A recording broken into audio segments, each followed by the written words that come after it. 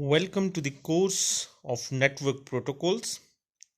I'm your instructor Zeeshan Bangash, and today we will be talking about link layer protocols and particularly some issues related to local area network.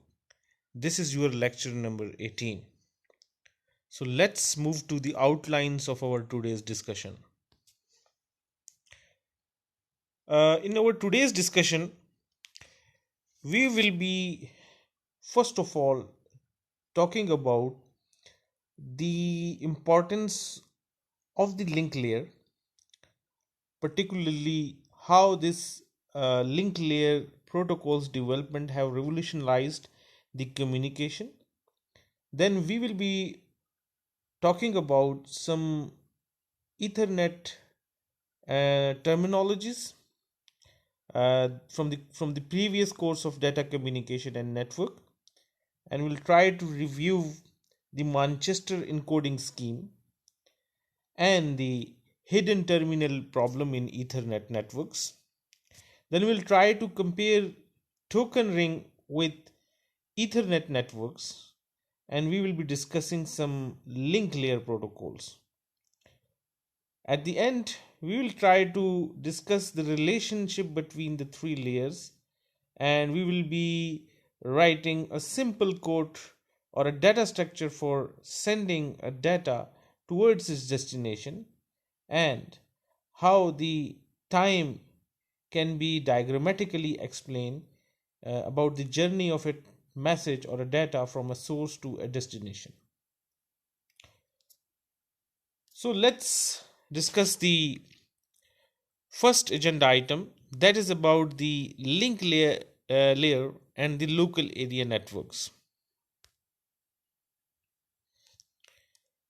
Now, when we talked about link layer, so it is the main innovations that happened in earlier 70s, when the Xerox company come with a model through which different workstations that were connected on a common medium, and a communication between two workstations or between a workstation and a printing device were simulated and experimented, and that revolutionized the communication or the era of internetwork communication between different networks.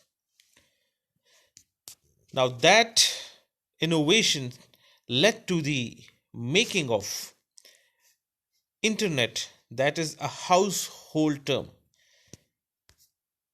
Now, link layer is basically responsible for acquiring the physical medium for transmission, and it is basically sending packets over a physical medium towards the destination host.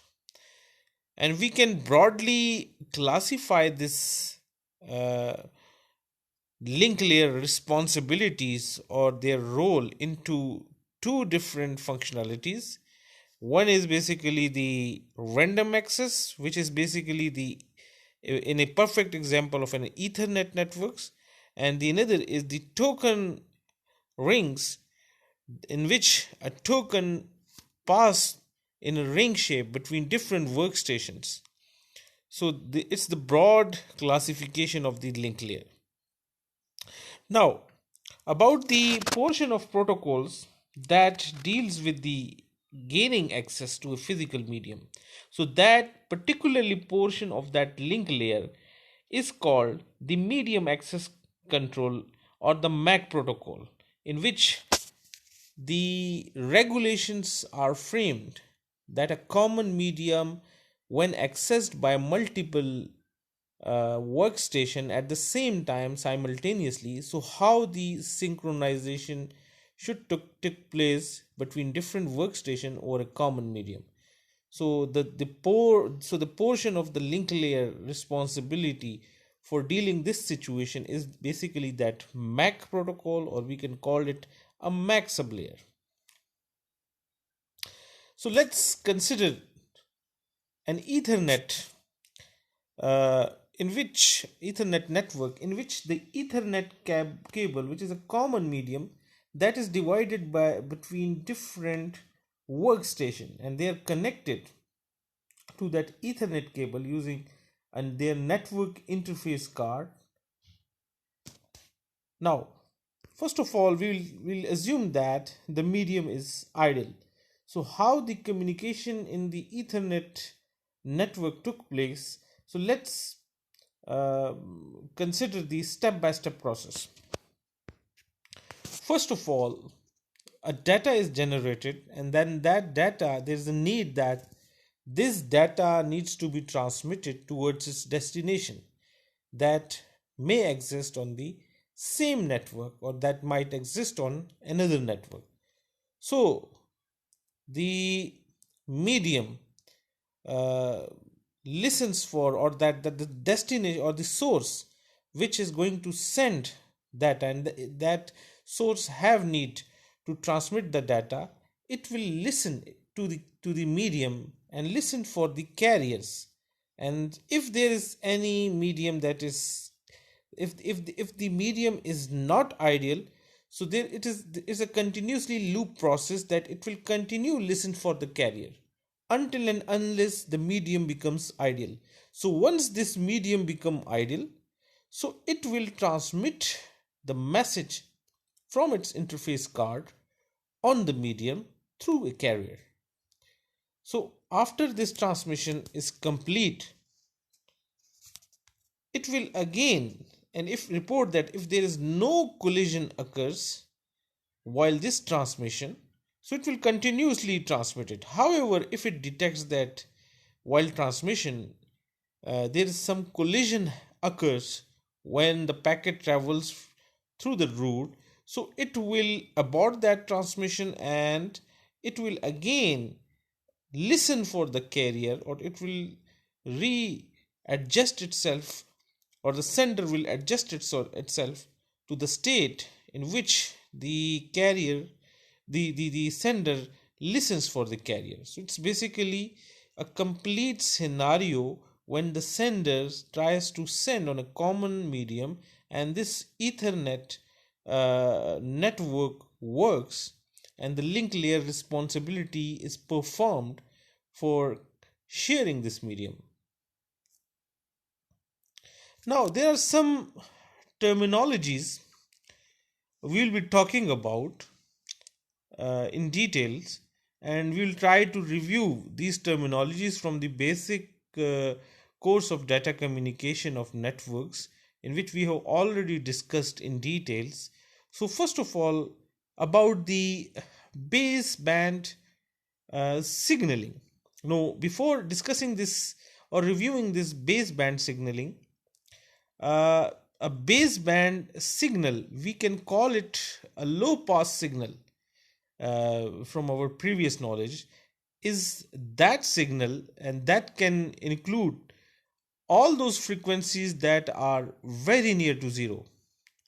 And by comparison of its frequency with the highest frequency, for example, a sound waveform, that is a perfect example of a baseband signal. However, if we consider this radio signal or any signal that is a modulated signal, it is basically not a baseband signal.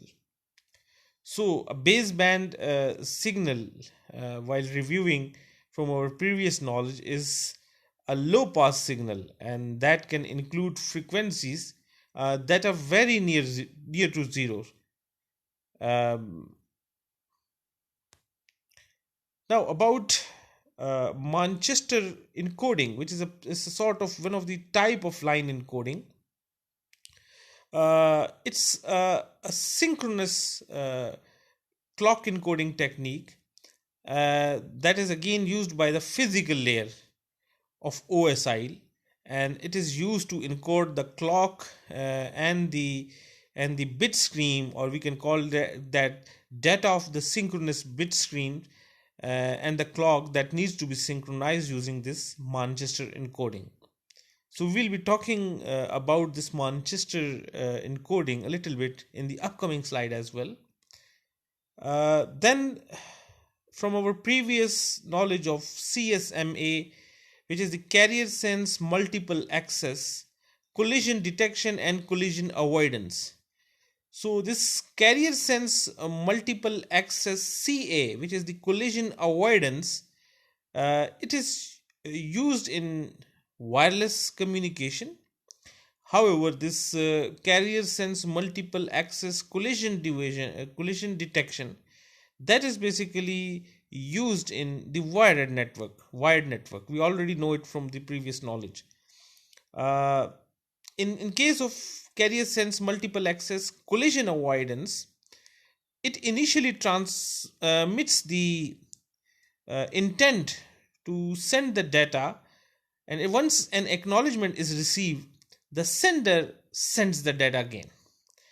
However, in case of CSMA-CD, which is carrier sense multiple access collision detection, it resends the data frame in case if there is any conflict occurs during the transmission. So we already know the two terms, which is the hidden terminal problem and RTS and CTS mechanisms. We'll be talking in the upcoming slide. Similarly, there is that X base Y. It's again our previous term in Ethernet terminology from our previous knowledge of communication, basic communication. Ethernet is basically that process by which the computer can be connected to the local area network, and that is using any medium, for example any coaxial cable. Now it carries radio frequency signals, and this X base Y is basically part of that Ethernet terminology, and these it carries basically radio frequency signals among the workstation, and that works at a speed of 10 megabits per second, and this cable is basically marked as the X base Y. So that's again from our previous knowledge of basic communication. Now let's talk about that Manchester encoding. This Manchester encoding is basically a synchronous clock encoding technique, and again this encoding technique is used by the physical layer of the OSI model. Now, what is the purpose of this encoding? It's basically the it basically encodes the clock and the data of the synchronous bit stream. So it's used for that purposes. And how it works? It works as that a logical zero. A logical zero is indicated by a 0 to 1 transition at the center of a bit, and a logical 1 by 1 to 0 transition. Now, the signal transitions do not always occur at the bit boundary, but there is always a transition at the center. So the transition occurs at the center. For example, it's a bit stream, so you can just look at that a logical 0 is indicated by a 0 to 1 transition at the center. You can just look at into it, and logical 1 by 1 to a 0 transition. Now this Manchester encoding has a drawback. Now it basically consumes, this Manchester encoding consumes bandwidth that is approximately double than the original signal. So it's a more resource consuming encoding scheme. However, there is a very advantage of this scheme is that the DC component of the signal that carries no information. So no DC no DC component in this encoding scheme. That This make it possible that standards that usually do not carry power can transmit this information. So this is the advantage of this Manchester encoding scheme. However, it's a very resource oriented encoding scheme. Now, about this hidden terminal problem. Now, we already know that in wireless network, the hidden problem or the hidden terminal problem occurs only when a node that can communicate with a wireless access point but cannot directly communicate with others, so that are communicating with that access points. So there's no direct connection and they are accessing a common access point for communicating. So this leads to difficulty in medium access control. So the sublayer, since multiple nodes can send data packets to the access point simultaneously, and which can create interference at the access point, resulting in no packet getting through. Just consider that in this example that the Joey and Bala, they are connected using this Cindy. So so there's no direct connection. However, they are communicating with each other and through this hidden terminal. So there is always a difficulty in accessing that medium because that multiple nodes or the stations that can send data packets simultaneously to Cindy create interfering at the Cindy, resulting in no packet that is to be get through that Cindy. So the practical protocol solutions that exist to this hidden node problem is basically that this CSMA or CA or CSMA CD. Now, what happens that, for example, there is request to send or clear or to send mechanisms where node sends small packets to request permission to the access point to send longer data packets. Since and because the responses from the access points are seen by all the nodes can synchronize their transmission to not interfere. However, there is a specific problem in this mechanism is basically the latency and the overhead that can often be greater than the cost, particularly for short data packets. So this is some drawbacks or some challenges in that communication that arise due to that hidden terminal problem. Now about token ring. Token ring, as we already know that it's basically a computer networking technology, and that's used to build local area networks. That was introduced in 1984, and again that was standardized in 1989, in which a token moves between different stations, and whoever who want to send can acquire that token and attach that piece of information and then pass in that token again to that ring.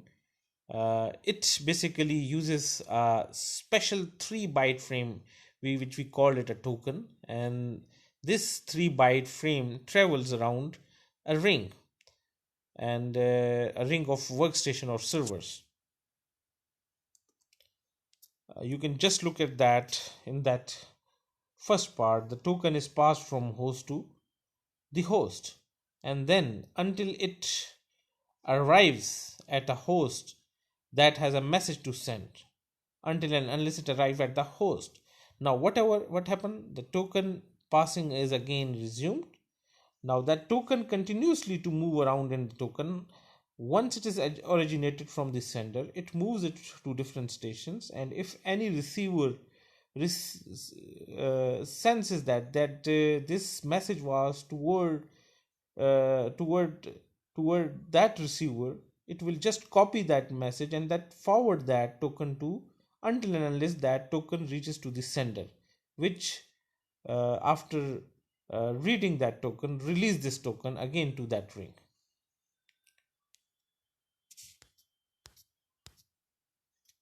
Now we need to have comparison between these two link layer protocols. In case of Ethernet, now the member of the random access protocol families uh, are broadcasted using the CSMA CD. It's basically exponential back off on the collision, so that have um, an advantage that it works well in light load. However, due to a lot of collisions, too many collisions result in under high load. So this is the drawback. However, in case of token ring, the member of taking turns protocol family and the token needed to transmit. So it has an advantage that the fair access of all the competing station, that is an advantage, and that works well under high workloads or high network congestion. However, it results in latency for token acquisition under light loads. Now there are another link layer protocols we already talked about, which is the FDDI, fiber distribution data interface, and that is basically used in the fiber optic based, and it's used in the fiber optics. It's used for high bandwidth backbone used to connect LANs. Now there another link layer protocol which is the asynchronous transmission mode, and that is basically used to guarantee quality of services using the link reservation and admission control to in order to avoid the congestion. It's basically a connection oriented and can have transport layer implementation on the top of it. So it's basically a very quality of service oriented protocol.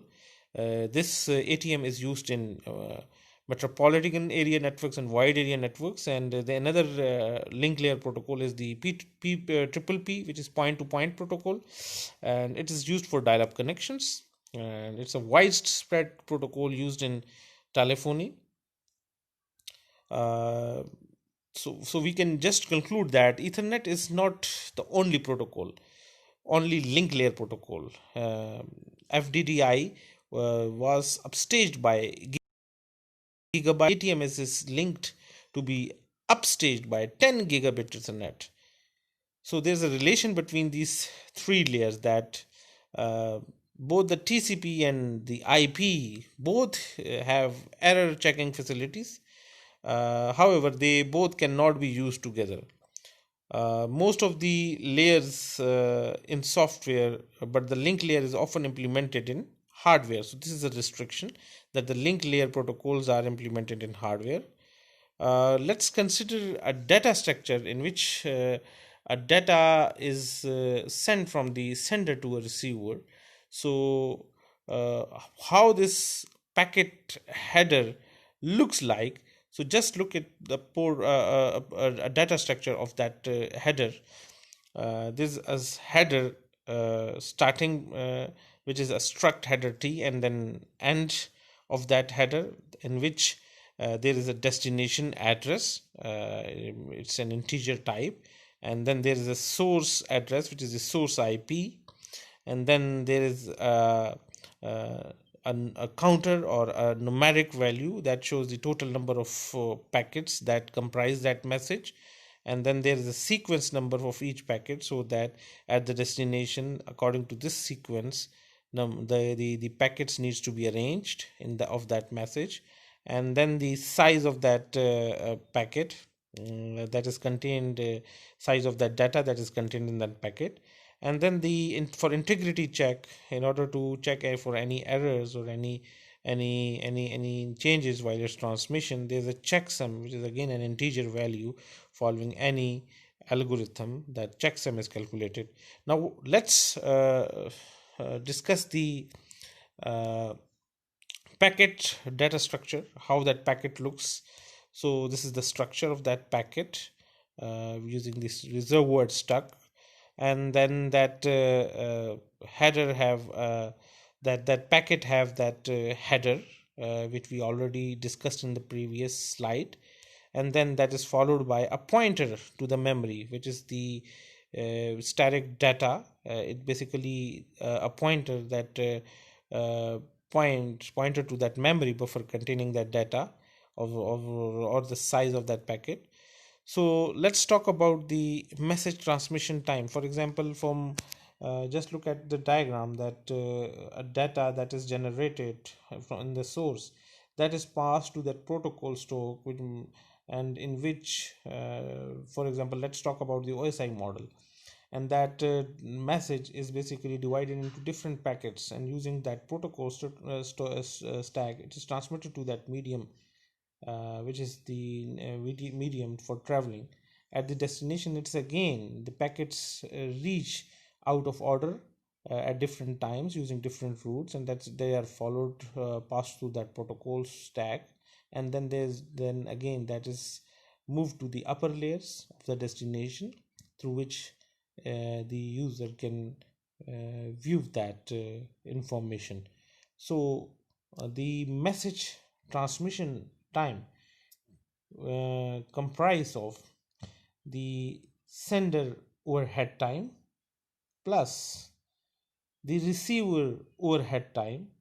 That's basically the packets that is passed through that protocol stack. So that time, along with the time that the packet will be on the packet will travel on the medium, plus that the time of that flight. So this is the total time of the message transmission from the sender to the receiver. So this is basically the reference from which the content is taken, so you can consult this reference for further details. And thank you very much for patiently listening. Take care. Allah Hafiz.